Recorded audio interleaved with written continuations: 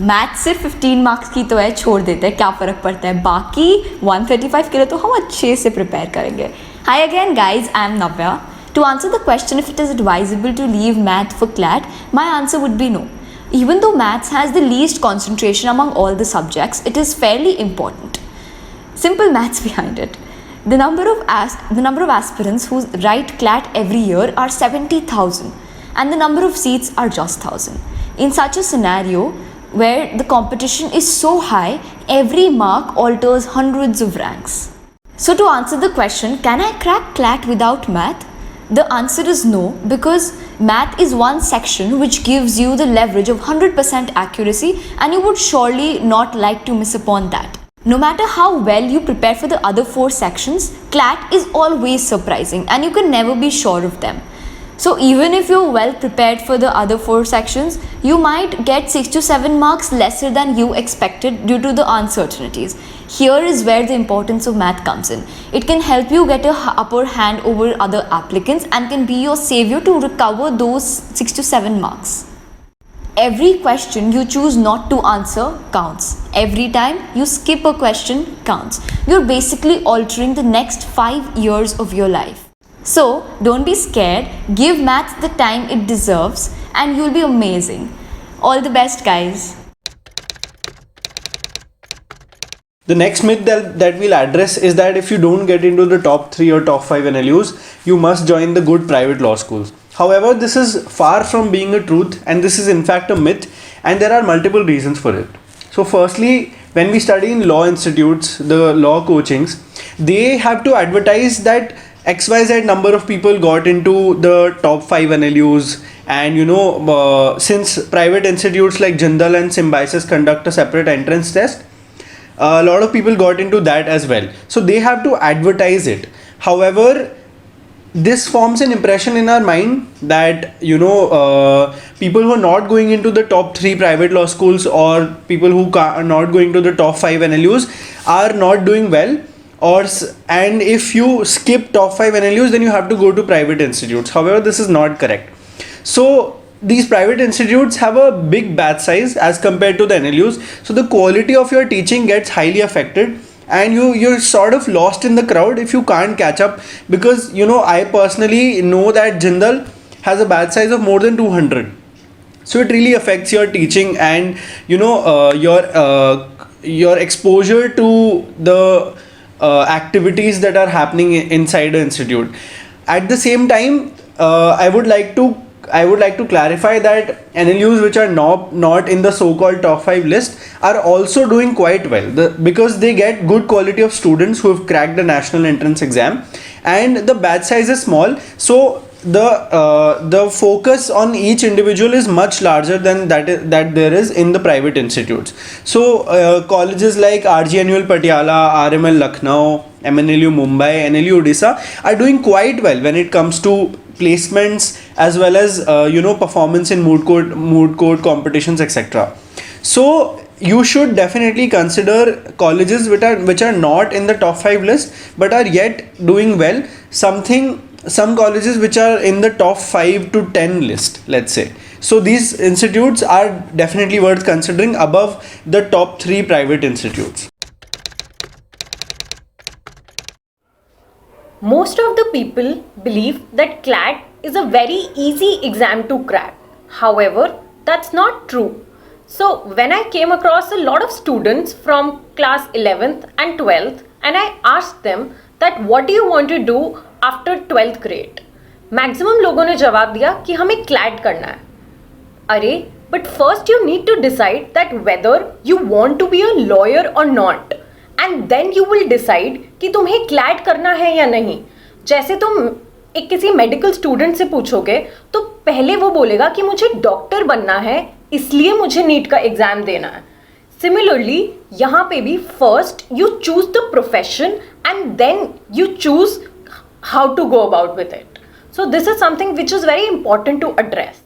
Also, बहुत सारे लोग CLAT ऐसे चूज करते हैं कि हम एक डॉक्टर नहीं बन सकते, हम इंजीनियर नहीं बन सकते, CA नहीं बन सकते, तो चलो CLAT दे देते हैं because it is easier to crack. But that's not true. Just because तुम एक अच्छे डॉक्टर, इंजीनियर या एक सीए नहीं बन सकते डजेंट इंश्योर कि तुम एक अच्छे लॉयर बन सकते हो. Once you crack CLAT and enter into any law school, it is a ride of 5 years, which is a very long time. So there is no going back from it. Why? Firstly, because it is an integrated course. So if after 2 or 3 years you decide कि अब और law नहीं करना है, तब तुम्हें basic graduation की degree भी नहीं मिलेगी.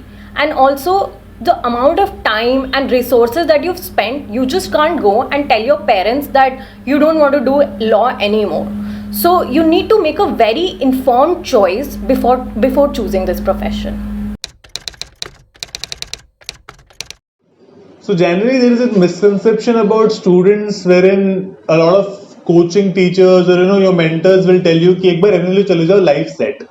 And that is not how it works. And why am I saying this is because when you actually move to an NLU, a good NLU for that matter, the actual struggle begins there. And this is the case for any college for that matter.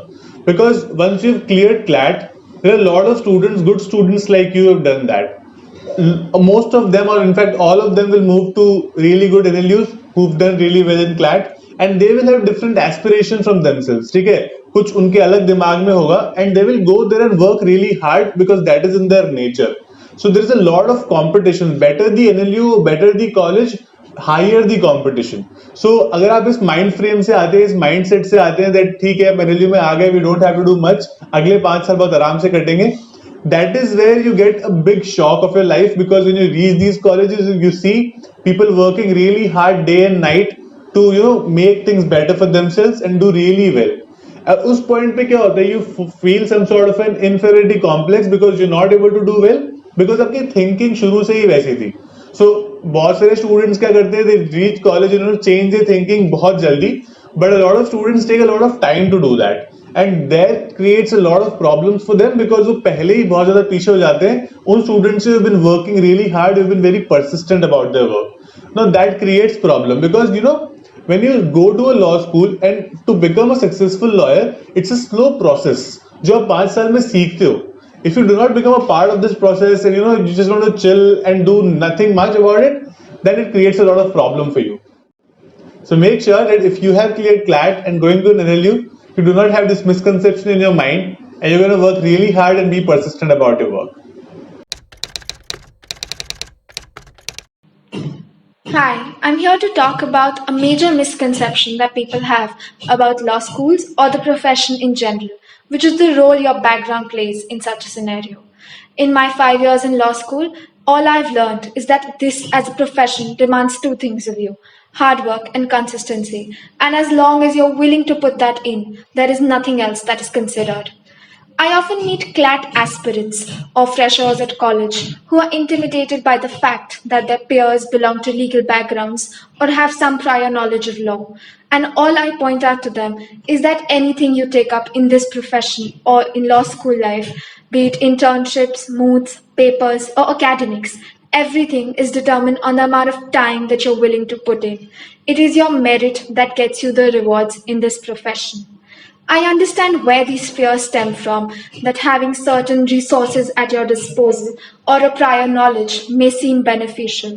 But as long as you yourself take up the 5 years in law sincerely, and after that, there is nothing else that will matter. And law schools and workplaces generally have such inclusive environments that any such problems that you actually face can easily be taken care of.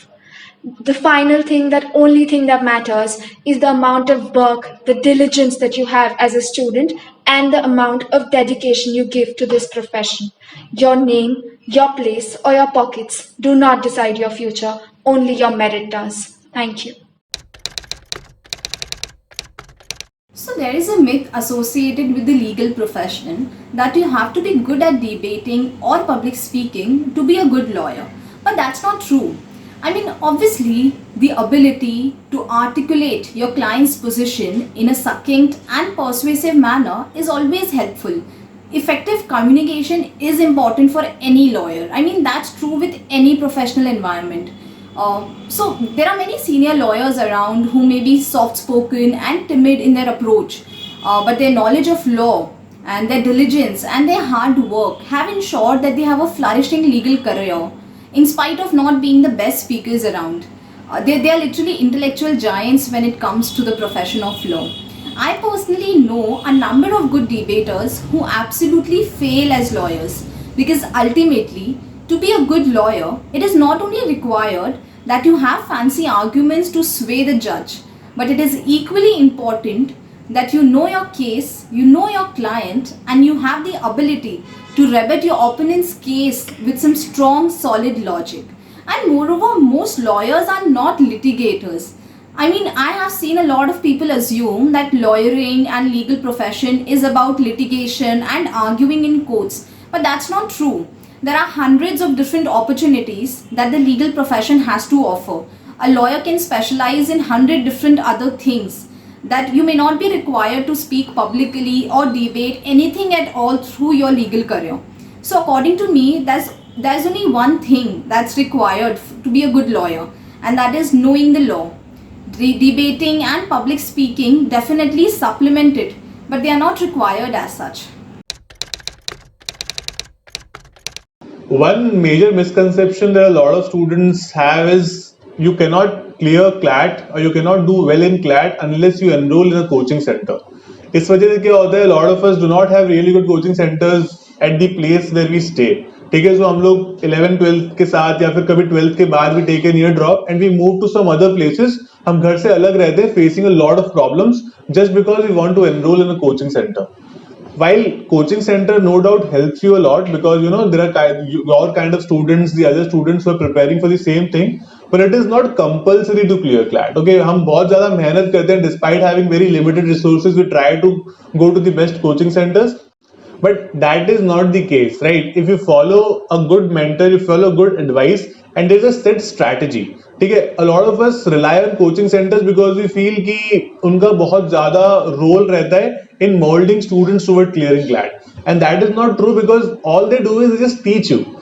Or if you see the new CLAT pattern, there is not much to teach you honestly. Okay, the new pattern actually demands a lot of practice, and that is something that you can do on yourselves. There are a lot of books, there are a lot of other things available in the market. You can purchase those things and you can prepare yourselves very properly if you're persistent with your work. Okay, if you're very regular with the kind of preparation that you're doing, there is no need for a coaching center.